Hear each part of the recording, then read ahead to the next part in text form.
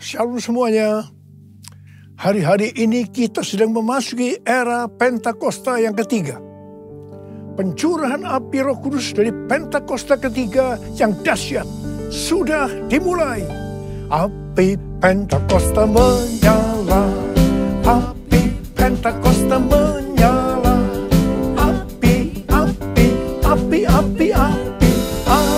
Pentakosta ketiga. Pentakosta menyala, api Pentakosta menyala, api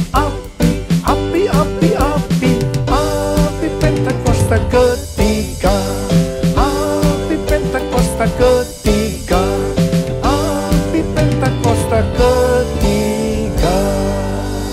Haleluya. Apa yang harus kita lakukan untuk mempersiapkan penuaian jiwa yang terbesar dan yang terakhir? Apa yang harus kita lakukan untuk membangkitkan generasi Yeremia? Yaitu generasi anak-anak muda yang dipenuhi dengan Roh Kudus, cinta mati-matian kepada Tuhan Yesus, tidak kompromi terhadap dosa, dan akan bergerak untuk memenangkan jiwa. Apa yang harus kita lakukan untuk menyelesaikan amanat agung? Salah satu yang harus kita lakukan adalah kita harus berdoa, memuji dan menyembah Tuhan dalam unity siang dan malam. Seperti yang terjadi pada waktu Pentakosta yang pertama di kamar loteng Yerusalem. Maka sebelum Roh Kudus dicurahkan, mereka semua bertekun dengan sehati dalam doa bersama-sama. Artinya, mereka berdoa, memuji dan menyembah Tuhan dalam unity siang dan malam. Ini adalah prinsip restorasi Pondok Daud. Ini adalah prinsip menara doa. Selama 10 hari mereka melakukan itu. Dan pada hari yang ke-10 hari raya Pentakosta, terdengarlah seperti tiupan angin keras. Dan tampaklah lidah-lidah seperti nyala api yang hinggap kepada mereka masing-masing. Mereka dipenuhi dengan Roh Kudus, dengan tanda awal berbahasa roh. Setelah itu mereka dipakai Tuhan untuk menyelesaikan amanat agung. Haleluya. Demikian pula pada waktu Pentakosta yang kedua yang terjadi di Azusa Street pada tahun 1906. William Seymour dan teman-temannya mempersiapkan pencurahan Roh Kudus melalui doa, pujian dan penyembahan bersama-sama dalam unity siang dan malam. Koran Apostolic Faith volume 1 nomor 1 tahun 1906 yang meliput tentang Azusa mengatakan bahwa cikal bakal Azusa dimulai dengan menara doa, prayer tower, dan mempelajari firman Tuhan. Haleluya! Saya baru pulang dari Amerika Serikat untuk menghadiri acara Pentecost Again Celebration di Azusa Street Prayer Tower di gedung Arani Theater. Seperti kita ketahui, APT adalah tempat berdoa atau menara doa dari Pentakosta yang ketiga untuk Amerika dan dunia.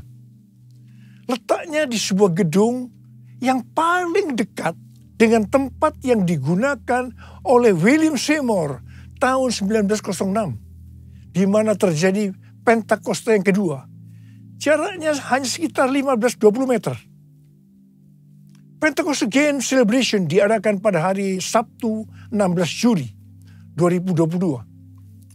Sehari sebelumnya, yaitu pada hari Jumat, saya bersama rombongan kecil datang ke APT untuk berdoa. Ini pertama kalinya buat saya berdoa di tempat itu. Pagi harinya sebelum berangkat, Tuhan menyuruh saya untuk membacakan 2 Tawarikh 7 ayat 12 sampai dengan 16 di APT. Sebelum membacakan ayat itu, jadi pada waktu kita baru masuk ke tempat itu, kami semua dilawat Tuhan secara luar biasa. Saya hampir tidak kuat berdiri dan berpegangan pada tembok. Saya belum pernah merasakan lawatan Tuhan seperti itu, meskipun di Yerusalem. Setelah itu, saya mulai membacakan 2 Tawarikh 7 ayat 12 sampai dengan 16. Kemudian Tuhan menampakkan diri kepada Salomo pada malam hari dan berfirman kepadanya, telah ku dengar doamu dan telah ku pilih tempat ini bagiku sebagai rumah persembahan. Bila mana aku menutup langit sehingga tidak ada hujan, dan bila mana aku menyuruh belalang memakan hasil bumi, dan bila mana aku melepaskan penyakit sampar di antara umatku, dan umatku yang atasnya namaku disebut, merendahkan diri dan berdoa dan mencari wajahku, lalu berbalik dari jalan-jalannya yang jahat, maka aku akan mendengar dari sorga dan mengampuni dosa mereka, serta memulihkan negeri mereka. Sekarang mataku terbuka dan telingaku menaruh perhatian kepada doa dari tempat ini. Sekarang telah kupilih dan kukuduskan rumah ini, supaya namaku tinggal di situ untuk selama-lamanya. Maka mataku dan hatiku akan ada di situ sepanjang masa. Saudara, inilah Third Pentecost Azusa Street Prayer Tower. Rumah persembahan.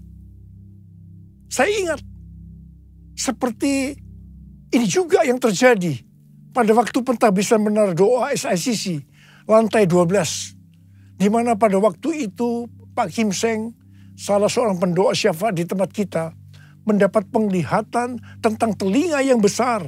Dan ayat yang Tuhan berikan adalah 2 Tawarikh 7, ayat 15 dan 16.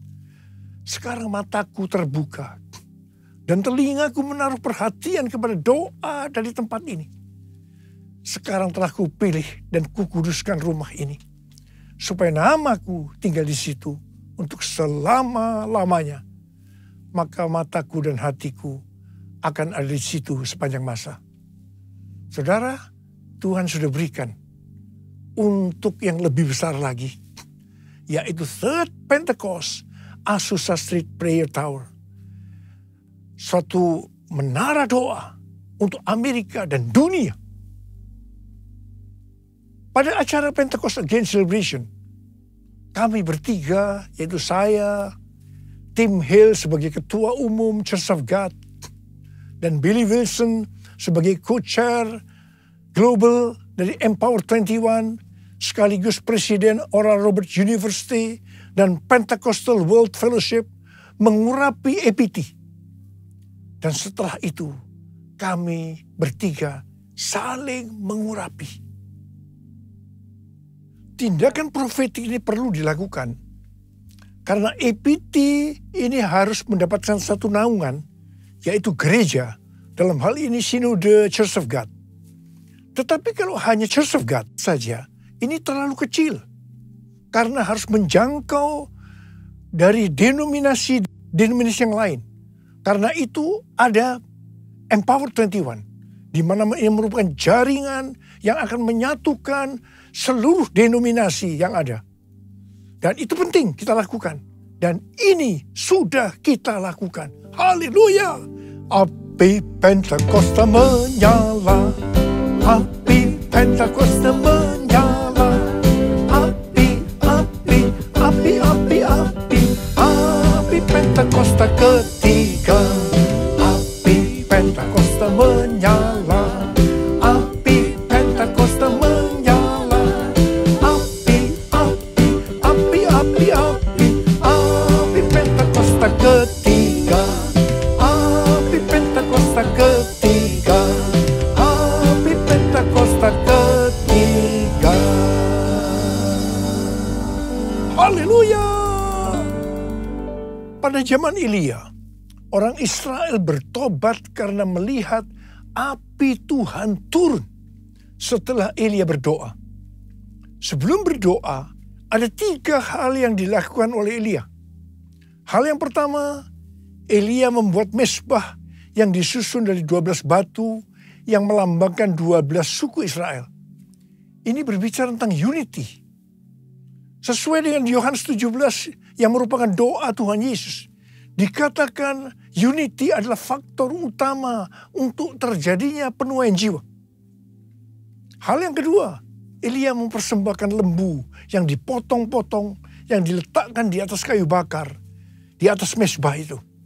Ini berbicara tentang mempersembahkan korban. Sesuai dengan Roma 12 ayat 1 dikatakan bahwa persembahkanlah tubuhmu sebagai korban persembahan yang hidup, yang kudus, dan yang berkenan kepada Allah. Itu adalah ibadahmu yang sejati. Dan hal yang ketiga, Elia menyuruh mengambil 4 buyung yang diisi air sampai penuh. Kemudian disiramkan ke atas korban persembahan tadi. Dan diulangi sebanyak 3 kali. Jadi artinya sebanyak 12 buyung air. Air berbicara tentang sesuatu yang mahal harganya. Mungkin pada waktu itu air lebih mahal dari emas. Karena saat itu bangsa Israel sedang mengalami musim kering selama 3,5 tahun. Ini berarti Tuhan mengajarkan kepada kita agar kita harus mempersembahkan sesuatu yang mahal harganya bagi kita. Itu bisa berupa uang, waktu, hobi, harga diri, pengampunan, dan lain-lain. Setelah melakukan 3 hal tadi, Elia berdoa dan berkata kepada Tuhan, "Ya Tuhan, Allah Abraham, Ishak, dan Israel, pada hari ini biarlah diketahui orang bahwa Engkaulah Allah di tengah-tengah Israel, dan bahwa aku ini adalah hamba-Mu, dan bahwa atas firman-Mu lah aku melakukan segala perkara ini. Jawablah aku ya Tuhan, jawablah aku, supaya bangsa ini mengetahui bahwa Engkaulah Allah ya Tuhan, dan Engkaulah yang membuat hati mereka tobat kembali." Apa yang terjadi setelah Elia berdoa? Lalu turunlah api Tuhan membakar habis korban bakaran, kayu api, batu, dan tanah itu. Bahkan air yang dalam parit habis dijilatnya. Setelah seluruh rakyat melihat itu, sujudlah mereka serta berkata, "Tuhan, dialah Allah. Tuhan, dialah Allah." Jadi kalau kita mau melihat api Roh Kudus dari Pentakosta ketiga yang dahsyat dicurahkan, maka kita harus berdoa seperti Elia berdoa. Di mana kita harus berdoa dengan unity. Gereja-gereja harus unity. Kita harus mempersembahkan tubuh ini sebagai korban persembahan yang hidup, kudus, dan yang berkenan kepada Tuhan. Dan kita juga harus mempersembahkan persembahan yang mahal kepada Tuhan. Apakah itu uang, waktu, hobi, harga diri, pengampunan, dan lain-lain. Bapa, ku persembahkan tubuhku sebagai persembahan yang hidup, kudus, dan yang berkenan padamu, sebagai ibadah yang sejati. Ku sembah Kau Tuhan, ku sembah Kau Tuhan, ku serahkan hidupku kepadamu untuk kemuliaan nama-Mu. Maliahi 3 ayat 1-4 berkata, "Lihat, aku menyuruh utusanku supaya ia mempersiapkan jalan di hadapanku. Dengan mendadak Tuhan yang kamu cari itu akan masuk ke baitnya. Malaikat perjanjian yang kamu kehendaki itu, sesungguhnya ia datang." Firman Tuhan semesta alam. Siapakah yang dapat tahan akan hari kedatangannya? Dan siapakah yang dapat tetap berdiri apabila ia menampakkan diri? Sebab ia seperti api tukang pemurni logam, dan seperti sabun tukang penatu. Ia akan duduk seperti orang yang memurnikan dan mentahirkan perak. Dan ia mentahirkan orang Lewi, menyucikan mereka seperti emas dan seperti perak, supaya mereka menjadi orang-orang yang mempersembahkan korban yang benar kepada Tuhan. Maka persembahan Yehuda dan Yerusalem akan menyenangkan hati Tuhan, seperti pada hari-hari dahulu kala, dan seperti tahun-tahun yang sudah-sudah. Supaya terjadi kebangunan rohani, maka Tuhan sendiri yang pada ayat ini disebutkan sebagai malaikat perjanjian akan datang. Siapakah yang dapat tahan akan hari kedatangannya? Dan siapakah yang dapat tetap berdiri apabila ia menampakkan diri? Sebab ia seperti api tukang pemurni logam dan seperti sabun tukang penatu. Tuhan akan duduk seperti orang yang memurnikan dan mentahirkan perak. Tuhan akan menyucikan orang-orang Lewi yang dapat diartikan gereja Tuhan, supaya mereka menjadi orang-orang yang mempersembahkan korban yang benar kepada Tuhan. Persembahan mereka akan menyenangkan hati Tuhan, seperti yang dulu pernah terjadi. Kalau kita ingat awal dari gereja kita GBI Gatot Subroto ini pada awal tahun 90-an, maka pada saat itu terjadi kebangunan rohani yang dahsyat. Praise and worship di Karsa Pemuda membuat banyak orang bertobat. Mereka menjadi murid dan dipakai Tuhan secara luar biasa. Tetapi dengan berjalannya waktu, keadaan yang seperti itu mulai memudar. Hari-hari ini kita di era Pentakosta yang ketiga. Tuhan kembali mencurahkan api yang memurnikan gerejanya, supaya hidup mereka benar di hadapan Tuhan. Doa, pujian, dan penyembahan mereka menyenangkan hati Tuhan, seperti yang terjadi pada waktu itu. Harap dicatat bahwa kebangunan rohani, penuaian jiwa, itu dimulai dengan pemurnian. Memang ini menyakitkan, tetapi hasilnya akan luar biasa. Api Roh Kudus Pentakosta ketiga sedang turun untuk memurnikan kita, gerejanya. Beri api, beri hujan, seperti yang kau janjikan.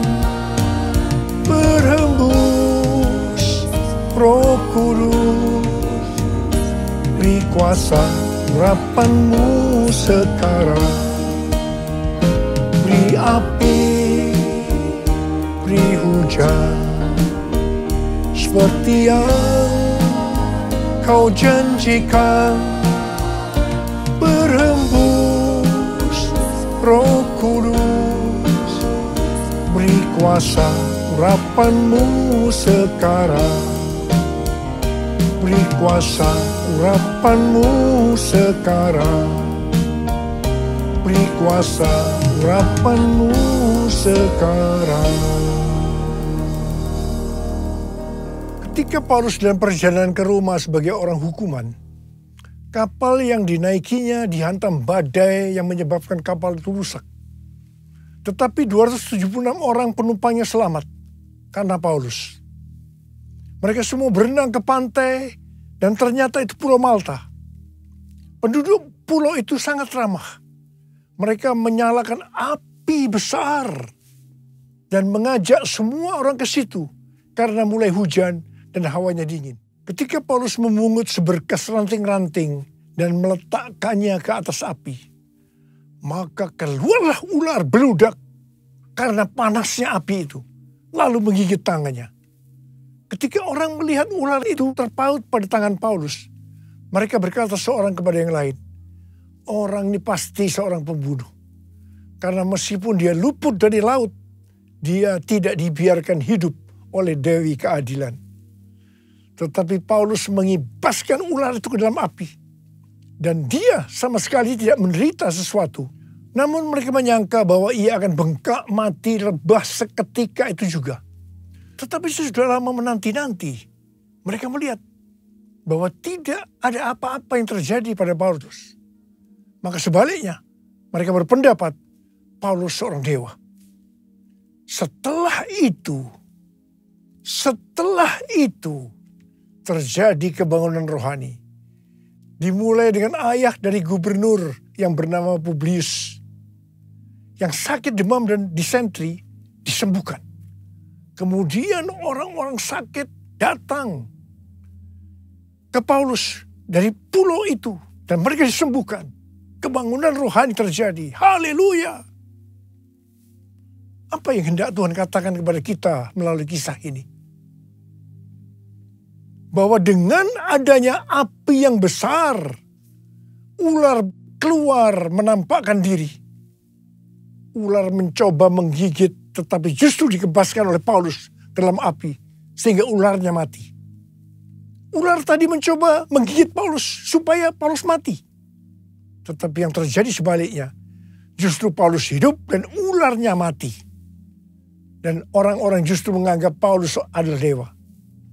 Api yang besar ini berbicara tentang api Roh Kudus yang besar dari Pentakosta yang ketiga sedang turun. Dan ini akan membuat ular atau iblis akan menampakkan diri karena tidak tahan dengan panasnya api. Artinya pekerjaannya akan ditelanjangi. Iblis masih mencoba untuk menggigit atau merusak pekerjaan Tuhan. Tetapi tidak akan berhasil selama gereja Tuhan berkarakter seperti Tuhan Yesus.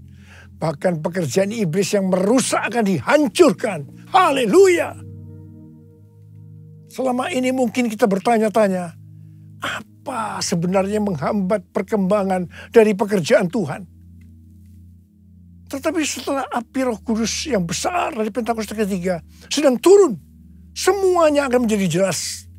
Pekerjaan iblis akan ditelanjangi dan kita akan tahu dengan jelas apa sebenarnya penyebab dari penghambat pekerjaan Tuhan selama ini. Selain hal-hal di atas, Tuhan juga mengingatkan kita untuk melakukan seperti yang dituliskan oleh Daud dalam Mazmur 18 ayat 21 sampai dengan 27. Tuhan memperlakukan aku sesuai dengan kebenaranku. Ia membalas kepadaku sesuai dengan kesucian tanganku. Sebab aku tetap mengikuti jalan Tuhan. Dan tidak berlaku fasik terhadap arahku. Sebab segala hukumnya ku perhatikan. Dan ketetapannya tidaklah kujauhkan daripadaku. Aku berlaku tidak bercela di hadapannya. Dan menjaga diri terhadap kesalahan. Karena itu Tuhan membalas kepadaku sesuai dengan kebenaranku. Sesuai dengan kesucian tanganku di depan matanya. Terhadap orang yang setia, engkau berlaku setia. Terhadap orang yang tidak bercela, engkau berlaku tidak bercela. Terhadap orang yang suci, engkau berlaku suci. Tetapi terhadap orang yang bengkok, engkau berlaku belat-belit. Saya mau berpesan kepada saudara. Jangan main-main dengan Tuhan.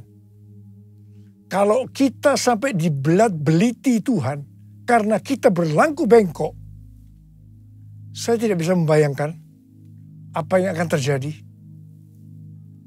Karena itu, mari saya akan mengajak saudara untuk berkata bersama-sama, Tuhan, katakan, Tuhan, aku mau berlaku setia. Tuhan, aku mau berlaku tidak bercela. Tuhan, aku akan berlaku suci kepada Tuhan. Ingat, Tuhan Yesus datang segera. Maranatha. Mari angkat tangan saudara. Nyanyikan bersama saya. Ujilah aku Tuhan. Cobalah aku Tuhan. Selidiki batinku dan hatiku. Mataku tertuju padamu. Aku cinta padamu Tuhan. Aku rindu hadirat-Mu Tuhan. Aku ingin selalu dekat padamu. Menikmati kehadiran-Mu. Nyanyi Hosana bagi Rajaku yang duduk di takhta. Aku muliakan dan ku agungkan Kaulah disembah.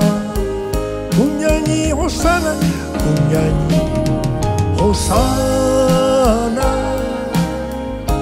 bagi Rajaku yang duduk di takhta. Aku muliakan dan ku agungkan, Kau layak disembah, Kau layak disembah, Kau layak disembah.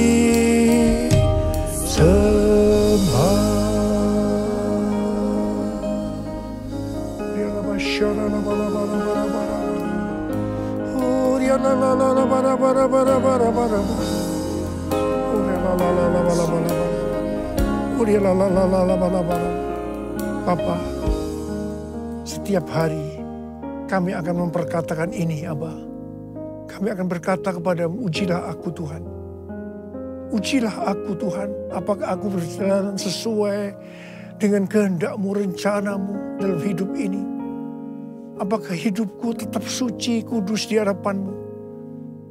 Kami semua akan berkata, ujilah aku Tuhan, ujilah aku. Bapa, hamba berdoa buat anak-anak-Mu yang akan melakukan semua ini. Berkati mereka. Berkati mereka ya Tuhan. Bapa, terima kasih. Berkati anak-anak-Mu semua. Berkati. Hamba berdoa, pakai kami semua. Pakai kami Tuhan sebagai alat-Mu untuk menyelesaikan amanat agung. Dalam nama Yesus. Dalam nama Yesus kami berdoa. Amin. Mari saudara-saudara, kita akan masuk ke dalam perjamuan kudus. Kita akan mengingat ayat ini. Sebab setiap kali kamu makan roti ini dan minum cawan ini, kamu memberitakan kematian Tuhan sampai Ia datang. Perjamuan kudus adalah perjamuan Tuhan Yesus sendiri. Setiap kali kita masuk dalam perjamuan kudus, Tuhan Yesus selalu berkata, biarlah ini menjadi peringatan akan daku. Karena itu mari, arahkan hati, pikiran kita kepada kebaikan Tuhan. Mari, tundukkan kepala. Tuhan, siapakah kami sebelum kami mengenal Engkau? Kami semua orang berdosa. Upah dosa adalah maut, mati. Tapi Engkau yang tidak berdosa telah dijadikan dosa oleh karena kami. Engkau harus turun dari surga mulia, mati ganti kami dengan penderitaan yang luar biasa. Sungguh kalau kami pikir Tuhan betapa baiknya Engkau itu.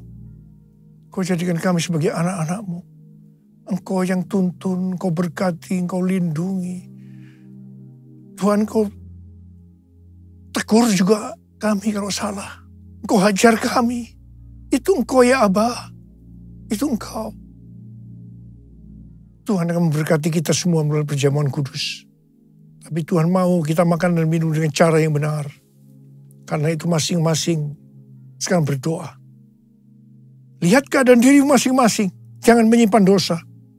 Kalau ada dosa yang kau lakukan saat ini, Tuhan ingatkan itu. Minta ampun. Minta ampun. Ampuni saya Tuhan, ampuni. Ampuni saya Tuhan, ampuni. Apa? Kau lihat anak-anak-Mu sedang berdoa minta ampun pada Tuhan. Layakkan kami masuk dalam perjamuan kudus ya Tuhan.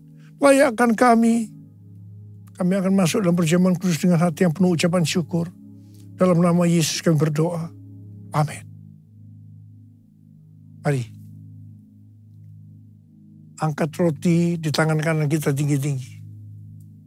Sebab apa yang telah kuteruskan kepadamu telah aku terima dari Tuhan. Yaitu bahwa Tuhan Yesus pada malam waktu Ia diserahkan mengambil roti. Dan sesudah itu mengucap syukur atasnya. Dia memecah-mecahkannya dan berkata, inilah tubuhku yang diserahkan bagi kamu. Perbuatlah ini menjadi peringatan akan aku. Saya dikasih Tuhan, bukankah roti yang kita pecah-pecahkan ini adalah persekutuan kita dengan tubuh Kristus. Mari kita makan dalam nama Yesus.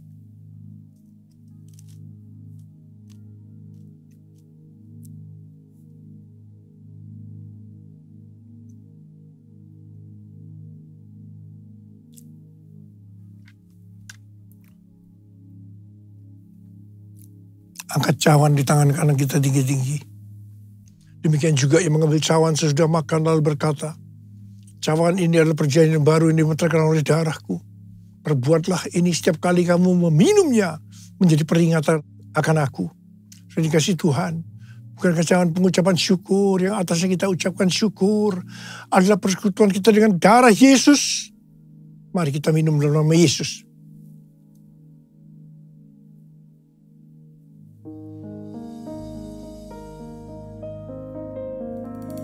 Mari angkat tangan kita. Ucapkan syukur dengan suara. Oh, Tuhan terima kasih. Tuhan terima kasih. Terima kasih ya Tuhan. Terima kasih. Terima kasih. Terima kasih ya Tuhan. Terima kasih. Kami bersyukur. Kami bersyukur. Bapa, kamu berdoa buat anak-anakmu. Kalau ada yang sakit, angkat tanganmu. Ada yang membutuhkan mujizat Tuhan, angkat tanganmu. Kau melihat tangan-tangan mereka yang terangkat. Kau berikan kesembuhan buat kami. Pulihkan kami ya Tuhan. Mujizat terjadi. Terima kesembuhan. Terima. Dalam nama Yesus. Dalam nama Yesus. Dalam nama Yesus. Terima kasih Tuhan. Terima kasih. Terima kasih. Terima kasih Yesusku. Terima kasih Yesusku. Puji syukur hanya bagi Tuhanku. Terima kasih Yesusku. Terima kasih Yesusku. Puji syukur hanya bagi Tuhanku. Terima kasih. Terima kasih Yesusku. Terima kasih Yesusku. Puji syukur hanya bagi Tuhanku. Terima kasih Yesusku. Terima kasih Yesusku. Puji syukur hanya bagi Tuhanku. Puji syukur hanya bagi Tuhanku. Puji syukur hanya bagi Tuhanku.